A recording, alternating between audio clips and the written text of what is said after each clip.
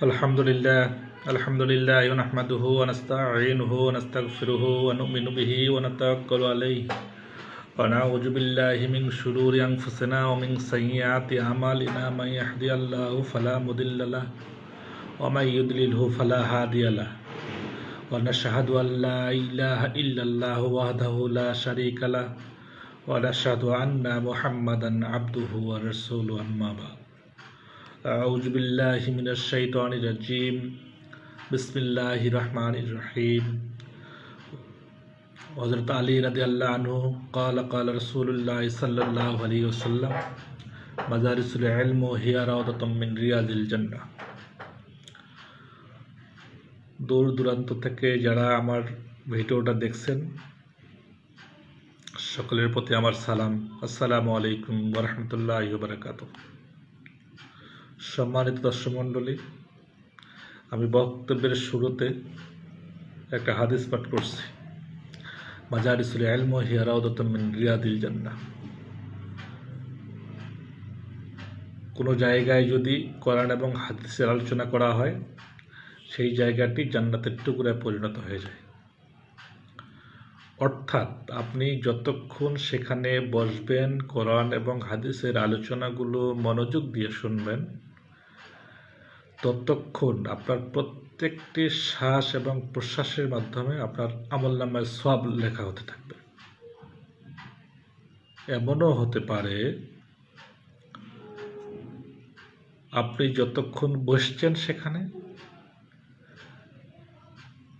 ওইটুকু সময়ের মধ্যে আপনার সমস্ত পাপ মোচন হয়ে যেতে পারে। এমন কিছু কিছু সওয়াব আছে যে সওয়াবগুলো দ্বারা পাপ মোচন হয়। এই সওয়াবগুলো যদি সেখানে আপনি পেয়ে যান, তাহলে দেখেন যে এটার মাধ্যমে আপনার পাপগুলো মোচন হয়ে যেতে পারে। তাই যেখানেই থাকেন, যে অবস্থায় থাকেন, ভালো ভালো কথা, কোরআন হাদিসের কথা যে কোনো জায়গায় আলোচনা হয় সেখানে একটু মনোযোগ দিয়ে শুনেন যতটুকু সম্ভব। হাদিসে আছে ইলা আখির আয়াত লা ইলাহা ইল্লাল্লাহ ইয়াদখুলুল জান্নাত, যার শেষ কথা হবে লা ইলাহা ইল্লাল্লাহ সে জান্নাতে যাবে। অর্থাৎ মৃত্যুর আগে যার কালিমা আসবে লা ইলাহা ইল্লাল্লাহ মুহাম্মদ রাসূলুল্লাহ, সে জান্নাতে, অর্থাৎ সে নিষ্পাপ হয়ে মারা যাবে। তবে এখানে একটা কথা থেকে যায়, কালিমা কিন্তু সবার আসবে না। কালিমা আসার পূর্ব শর্ত হচ্ছে তাকে ইমানদার হতে হবে, আর ইমানদার হওয়ার পূর্ব শর্ত হচ্ছে তাকে নামাজি হতে হবে। আল্লাহ রাসূল বলছেন, যাকে তোমরা 5 ওয়াক্তের নামাজ পড়তে দেখো ফাস্তাশহাদু বিল ঈমান, তাকে তোমরা ইমানদারের সার্টিফিকেট দাও। কোরআন শরীফে আছে আল্লাহু ওয়ালিল্লাযিনা আমানু ইখরিজুহুম মিনাজ যুলুমাতি ইলান নূর। আল্লাহ বলছেন যে ইমানদার সে হচ্ছে আমার বন্ধু, আর আমার তখন দায়িত্ব হচ্ছে তাকে অন্ধকার থেকে আলোর দিকে নিয়ে আসা, অর্থাৎ যাবতীয় খারাপ কাজ থেকে বিরত রাখা।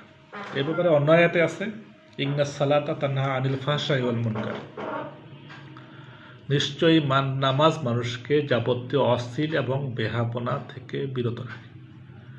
অর্থাৎ যে নামাজ ঠিক মতো পড়লো সে কোনো খারাপ কাজ করতে পারে না, এটা নামাজেই তাকে বিরত রাখবে। ওমা খালাকতুল জিন্না ওয়াল ইনসা ইল্লা লিয়াবুদুন, আল্লাহ মানুষ এবং জিনজাতিকে সৃষ্টি করছেন তার ইবাদতের জন্য, আর ইবাদতের প্রথম শর্তই হচ্ছে তাকে নামাজ পড়তে হবে। ইবাদতের প্রথম শর্তই হচ্ছে সে নামাজি হতে হবে, সে নামাজ। যার নামাজ নাই তার দুনিয়া অন্ধকার এবং পরকালে অন্ধকার। অর্থাৎ যে নামাজ পড়ল না সে অন্য কোনো সওয়াব তার কাজে দেবে না। কিয়ামতের দিন আগে নামাজের হিসাব হবে, তারপর অন্য সওয়াবের হিসাব হবে। অর্থাৎ যদি উদাহরণ টানতে পারে যে নামাজ হচ্ছে 1, অন্য ইবাদতগুলো হচ্ছে 0। আপনি যখন নামাজ পড়লেন তখন পরে যা শূন্যগুলো বসাবেন তখন আপনার অ্যামাউন্টটা বাড়তে থাকবে। আর নামাজ পড়লেন না, অর্থাৎ 1 নাই, অন্য সওয়াবগুলো 0, এই 0 তো কোনো দাম থাকে না। আল্লাহ রাসূলের কাছে এক সাহাবী যা জিজ্ঞেস করলো, ইয়া আল্লাহ রাসূল 5 ওয়াক্তের নামাজের উদাহরণ কি? আল্লাহ রাসূল বললেন, তোমার বাড়ির পাশে যদি একটি পানির নহর থাকে, সেখানে যদি তুমি 5 ওয়াক্ত 5 বার গোসল করো, তাহলে কি তোমার শরীরে কোনো ময়লা থাকতে পারে? আল্লাহ সাহাবী বলল না। আল্লাহ রাসূল বলল, 5 ওয়াক্তের নামাজের উদাহরণ এরূপই যে 5 ওয়াক্তের নামাজ 5 বার গোসল করলে যেমন তার শরীরে ময়লা থাকে না, 5 বার 5 ওয়াক্তের নামাজ পড়লে তার আমলনামায় কোনো পাপ থাকবে না। অর্থাৎ ফজর থেকে জহর, জহর থেকে আসর, আসর থেকে মাগরিব, মাগরিব থেকে এশা, এই নামাজের মাঝখানে যে আপনি পাপগুলো করবেন সেই নামাজের মাধ্যমে এই পাপগুলো মোচন হয়েছে। অর্থাৎ 5 ওয়াক্তের নামাজ যখন আপনি পড়বেন আপনার রাতে আপনি নিষ্পাপ হয়ে ঘুমাবেন। এটা কেমন? অন্য আদেশে আছে যে যারা কেউ যদি উজু করতে যায়, যখন উজু করে তখন তার ফেরেশতারা তার পাপগুলো রুমাল নিয়ে মাথার উপরে নিয়ে থাকে। রুমাল উজু শেষ করার পর ফেরেশতারা আল্লাহকে বলে যে আল্লাহ তো উজু শেষ করছে, তার পাপগুলো কি করব।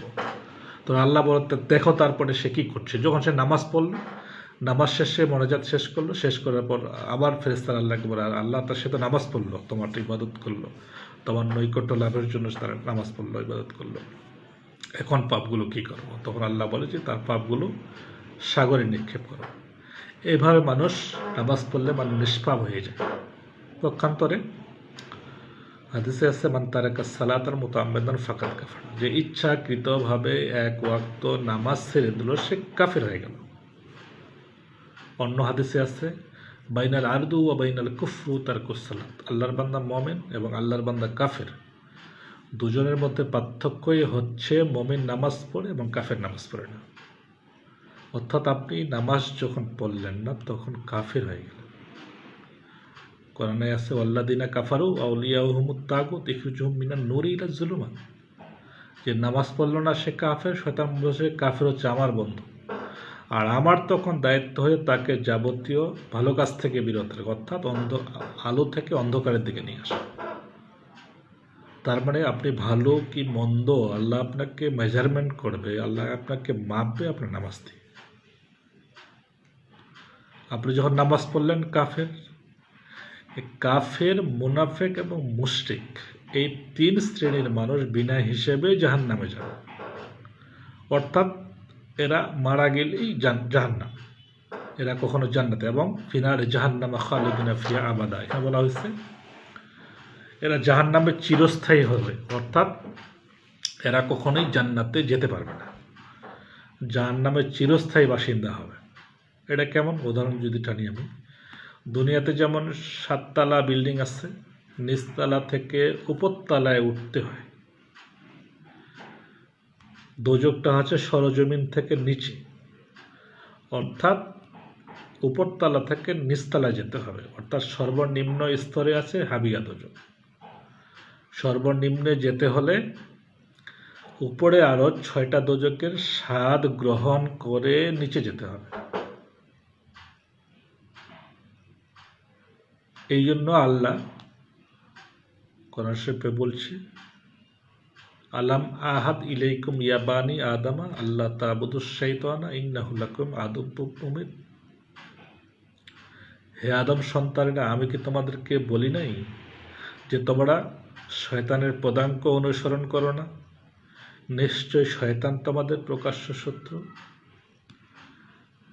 শয়তান হচ্ছে মানুষের প্রকাশ্য শত্রু, আর শয়তান অসাধারণ শক্তি তার। শয়তান মানুষের পিছনে লেগে থাকবে, এটাই স্বাভাবিক, এটা লেগে থাকবে না এটা অস্বাভাবিক।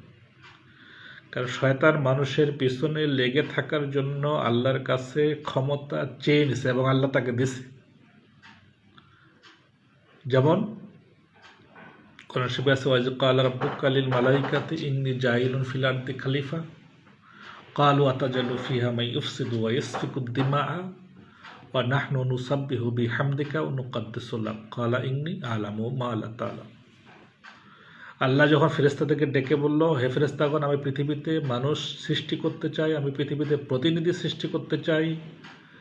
ফেরেশতারা জবাবে বলল, আল্লাহ মানুষ সৃষ্টি করবে, এরা তো পৃথিবীতে কাটাকাটি করবে, মারামারি করবে, রাহাজানি করবে, রক্তপাত করবে, অথচ আমরাই তো আপনার গুণ কীর্তন করছি, আমরাই তো আপনার ইবাদত করছি। আল্লাহ বলবেন ইন্নী আ'লামু মা লা তা'লামুন, নিশ্চয়ই আমি যাহা জানি তোমরা তাহা জানো না। কি বলল? ফেরেশতাদেরকে বলল মাটি নিয়ে আসো। পৃথিবীর বিভিন্ন স্থান থেকে মাটি নিয়ে আসা হলো, মাথার মাটি এক জায়গায়, উরুর মাটি এক জায়গায়, পায়ের মাটি এক জায়গায়, এইভাবে করে বিভিন্ন জায়গা থেকে পৃথিবীর বিভিন্ন স্থান থেকে মাটি নিয়ে আসা হলো। আদমকে সৃষ্টি করা হলো, সৃষ্টি করে আর আদমকে রূহ দেওয়া হলো। এটা অনেক বড় ঘটনা। রূহ দেওয়ার পরে কিছু জিনিসের নাম আল্লাহ তাকে শিখাই দিল, এবং ফেরেশতাদেরকে ওই জিনিসের নামগুলো বলার জন্য জিজ্ঞেস করে। যখন ফেরেশতারা পারল না, তখন আল্লাহ বলল, আদমকে জিজ্ঞেস করে, আলম সব বলে দিল।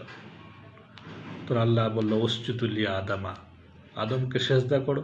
ফাসাজাদ, সবাই সেজদা করলো, ইল্লা ইবলিস, ইবলিস ব্যতীত। ইবলিস সেজদা করলো। ইবলিস যখন সেজদা করলো না, আল্লাহ বলল, তুমি সেজদা করলে না কেন? ইবলিস বলল, আমি হলো আগুনের তৈরি, মানুষ হচ্ছে, আদম হচ্ছে মাটির তৈরি। আগুন হচ্ছে ঊর্ধ্বমুখী, মাটি হচ্ছে নিম্নমুখী। ঊর্ধ্বমুখী কোনো জিনিস নিম্নমুখীকে সেজদা করা মোস্ট আনসাইন্টিফিক, এটা অযৌক্তিক। সে অহংকার বোধ করল। আল্লাহ বলল যে, তুমি আমার অর্ডারকে ফলো করলো না কেন? তুমি আজকে থেকে বিতাড়িত শয়তান, তোমার সমস্ত ইবাদত আমি পণ্ড করে দিলাম। এই কথা শোনার সাথে সাথে শয়তানের তো চেহারা চেঞ্জ হয়ে গেল, রং কালার চেঞ্জ হয়ে গেল। শয়তান আল্লাহকে বলল, আল্লাহ, আমি তোমার তো পৃথিবীতে বহু ইবাদত করছি, এর বিনিময়ে তুমি আমাকে কিচ্ছু দিবে না? আল্লাহ বলল, তুমি চাস কি? তুই চাস কি? শয়তান চট করে বলে উঠল যে, আমার 3 দফা দাবি। এক, এই আদম সন্তান কতদিন বাঁচবে? কিয়ামত পর্যন্ত বাঁচবে। এই আদম সন্তানকে বিপথে নিয়ে যাওয়ার জন্য আমাকে কিয়ামত পর্যন্ত হায়াত দিতে হবে। শয়তান, আল্লাহ বলল, ঠিক আছে, দেওয়া হলো। শয়তান বলল, আমি পৃথিবীতে গোলযোগ সৃষ্টি করব, আমি আমার চেলা চামুন্ডা তৈরি করব, তারা পৃথিবীতে কাজ করবে আদম সন্তানকে বিপথে নিয়ে যাওয়ার জন্য। কিন্তু রিজিকের মালিক তো তুমি যদি আমার রিজিক বন্ধ করে দাও, তাহলে তো আমি কাজ করতে পারবো না, আমি ওয়ার্কার পাবো না। অতএব তুমি আমার রিজিক বন্ধ করতে পারবে না। আল্লাহ বলল, ঠিক আছে, করবো না। আমার 3 নাম্বার হচ্ছে, আমি আন্ডারগ্রাউন্ডে ওয়ার্ক করতে চাই।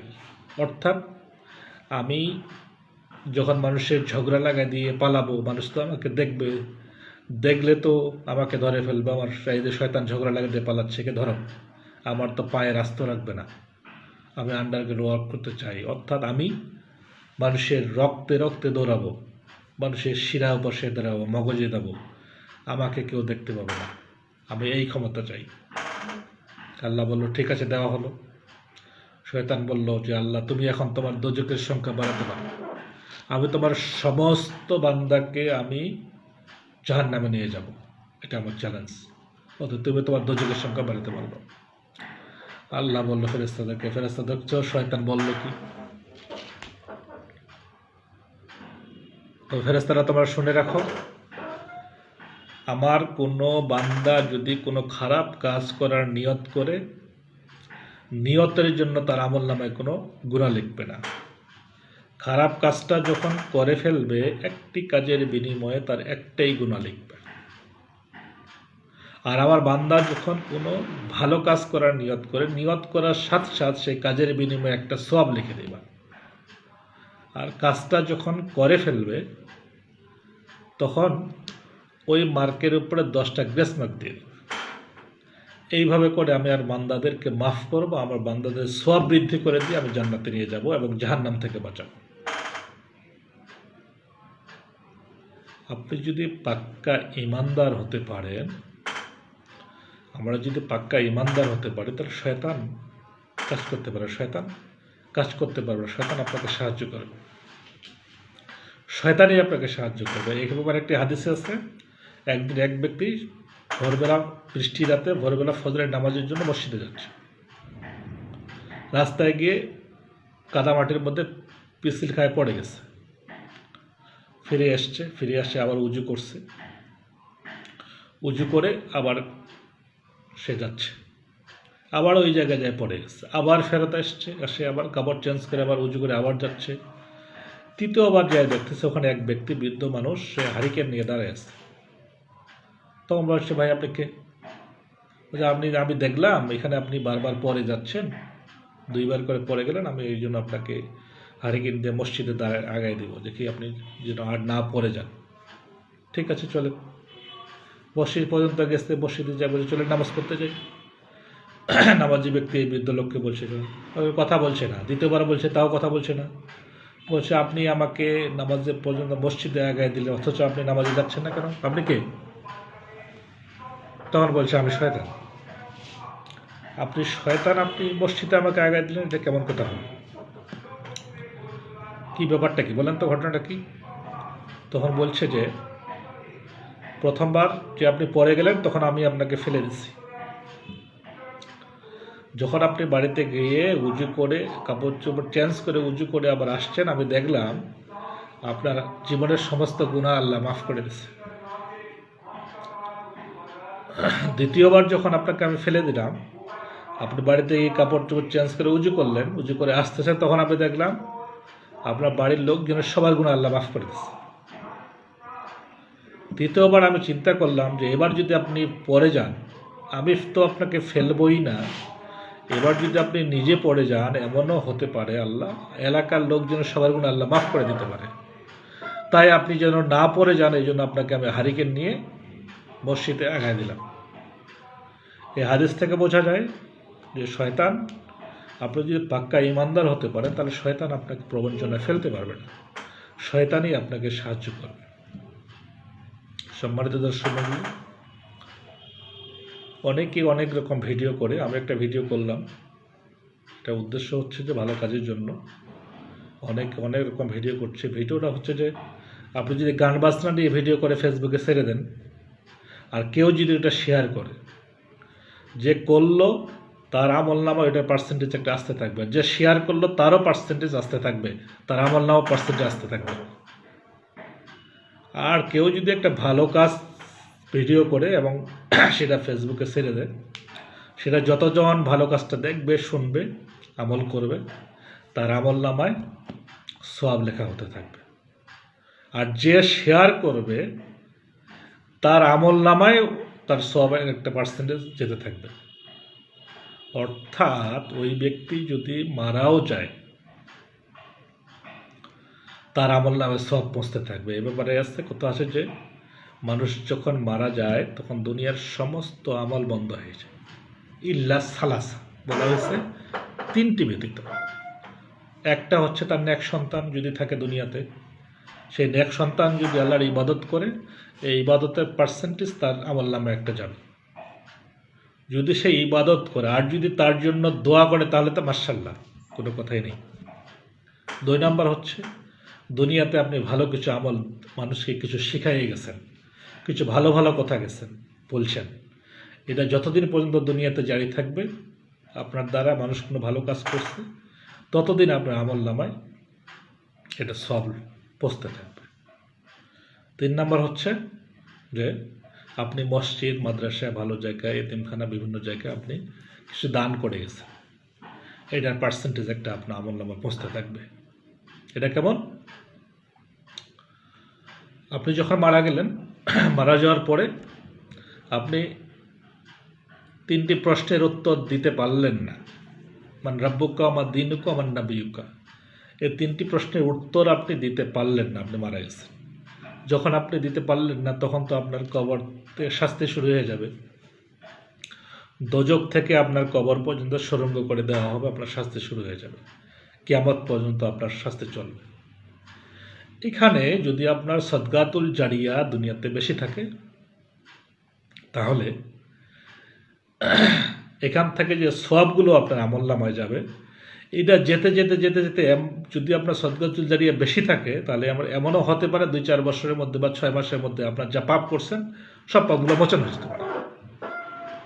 তখন আপনি যখন পাপ শেষ হয়ে গেলে, তখন কিন্তু আপনাকে আপনার জন্য জান্নাতের আহ্বান করবে, সেখানে জান্নাত থেকে আপনারা আরাম আয়েশের জন্য আপনাকে ব্যবস্থা করা হবে। অর্থাৎ এইটা হচ্ছে, আপনি যদি ভালো কিছু করেন, শেয়ার করেন, এটার একটা সওয়াব পাবেন আপনি। আপনি যদি খারাপ কিছু করেন, সেটা শেয়ার করেন, এটার পাপও আপনি পাবেন। এটা মাল্টি লেভেল কোম্পানি, MLM কোম্পানির মতো। একটা থেকে চারটা, চারটা থেকে আটটা, আটটা থেকে 16টা, এটা বাড়তে থাকবে, এবার সবও আপনার কাছে বাড়তে থাকবে। এই সদকাতুল জারিয়া যদি আপনার দুনিয়াতে বেশি বেশি থাকে, তাহলে আপনি নিষ্পাপ হওয়ার সম্ভাবনা সবচেয়ে বেশি। একটা কি আপনি নিষ্পাপ হবেন 5 ওয়াক্তের নামাজ পড়ে, আর সদকাতুল জারিয়া দিয়ে আপনি নিষ্পাপ হতে পারেন আর কি। তো দর্শক মণ্ডলী, আমার কথাগুলো যদি আপনাদের ভালো লেগে থাকে, তাহলে আমার এই অনুযায়ী আমল করবার চেষ্টা করবেন এবং আমার জন্য দোয়া করবেন। আসসালামু আলাইকুম ওয়া রাহমাতুল্লাহি ওয়া বারাকাতুহু। সবাই ভালো থাকবেন।